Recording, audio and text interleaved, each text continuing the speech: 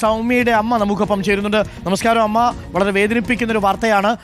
ഗോവിന്ദസ്വാമി അമ്മ അന്ന് ഭയപ്പെട്ടിരുന്നത് പോലെ അയാൾ ജയിൽ ചാടിയിരിക്കുന്നു. അമ്മ അതെ, ജയിൽ ചാടിയിരിക്കുകയാണ് ഇപ്പൊ അവന് ജയിൽ ചാടിയെന്നുള്ള വിവരം ഞാൻ ഇപ്പൊ കുറച്ച് മുന്നെയാണ് അറിഞ്ഞത്. അപ്പൊ ഞാൻ പറയുന്നത് ഇത്രയും വലിയൊരു സുരക്ഷിതമായ ഇത്രയും വലിയൊരു ജയിലില് ഇപ്പം പുറത്ത് ചാടുമ്പോഴത്തേക്ക് അവനൊരു സപ്പോർട്ട് ഇല്ലാതെ അവൻ ചെയ്യൂത്.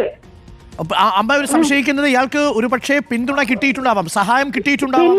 കിട്ടാതെ അവനക്ക് എത്രയും വലിയൊരു മതില് കയറാൻ പറ്റി. എന്താ പറയുന്നത്? അതെ, മാത്രമല്ല ഒരു ജനൽ കമ്പി മുറിച്ച് തുണി ഉപയോഗിച്ച് വടമായിട്ട് കെട്ടിയൊക്കെയാണ് ഇയാൾ കയറിയത്. കൈപ്പത്തിയും ഇല്ലാത്ത ഒരാൾ.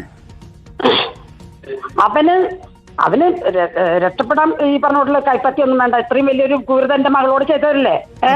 അതല്ല, പക്ഷെ ഈ ജയിലിൽ ചാടണമെങ്കിൽ, കണ്ണൂര് ജയിലിൽ ചാടണമെങ്കിൽ അവനും ഒരാൾ സപ്പോർട്ട് ഇല്ലാതെ അത് സംഭവിക്കില്ല.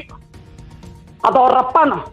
നീ എവിടെ വരെ അതായാലും വേണ്ടി അത് ഇക്കണ്ട പോലീസുകാരും പട്ടാളം ഇതും അതിന്റെ ഉള്ളിൽ ഈ പുള്ളികൾക്ക് കാവലല്ലേ. ഇവൻ ഇത്രയും വലിയൊരു ക്രൂരത്തിനുള്ളിൽ ചെയ്യണത് ആരും കണ്ടില്ലേ?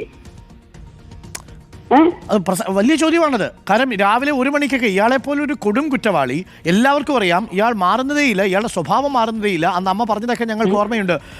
അത് മകളുടെ രീതി വേണ്ടിയല്ല, ഇനി ഒരു സ്ത്രീക്കും ഇയാൾ കാരണം ഒരു അപകടം സംഭവിക്കാതിരിക്കാൻ വേണ്ടി കൂടിയാണ് പറയുന്നത് എന്ന തരത്തിലാണ്. ഒരമ്മ ഇങ്ങനെ കരയരുതെന്നാണ് അന്ന് ഞാൻ പറഞ്ഞിട്ടുണ്ടായിരുന്നത്. കറക്റ്റ്. ഒരമ്മ ഒരു മകൾക്ക് വേണ്ടി ഇതുപോലെ കരയരുതെന്ന് കാണുന്നവർക്ക് അത്, പക്ഷെ അനുഭവിക്കുന്ന എനിക്ക് എന്തറിയുള്ളൂ. ഓക്കെ, മനസ്സിലാവുന്നു അമ്മ. എന്തായാലും നമുക്ക് ഇയാളെ പിടികൂടിയേ പറ്റത്തുള്ളൂ. ജയിലിൽ പക്ഷെ അവൻ പോവില്ല കേട്ടോ. അവൻ എവിടെ പോവില്ലേ? കണ്ടോളൂ, അവനെ ജനം പിടിക്കും. പോലീസുകാർക്ക് കഴിവില്ല, ജനം പിടിച്ചിരിക്കത്. അത് ജനം പിടിച്ചിരിക്കും. കാരണം ഇന്നും ഞാൻ എവിടെ ചെന്നാലും, ഏത് ലോകത്തിന്റെ അറ്റത്ത് ഞാൻ ചെന്നാലും ആദ്യനോട് ചോദിക്കാൻ ആൾക്കാർ കണ്ട, അയ്യോ ഇത് സൗമ്യയുടെ അമ്മയല്ലേ എന്നാണ്.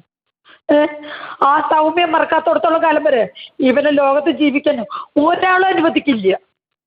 അത് ഉറപ്പാണ്. നമ്മുടെ പോലീസുകാർ എന്ത് കാരണം കൊണ്ട് ഇതൊരു സുരക്ഷിതാക്കിയില്ല. പിടിക്കും, കണ്ടോളും. നമ്മുടെ പോലീസുകാർക്ക് പിടിച്ചിരിക്കും. അവൻ കണ്ണൂര് വിട്ടിട്ടില്ല, വിടാൻ പറ്റില്ല അവന്. അതിന്റെ മുന്നേ അത് ചെയ്തിരിക്കും. താങ്ക് യു അമ്മ.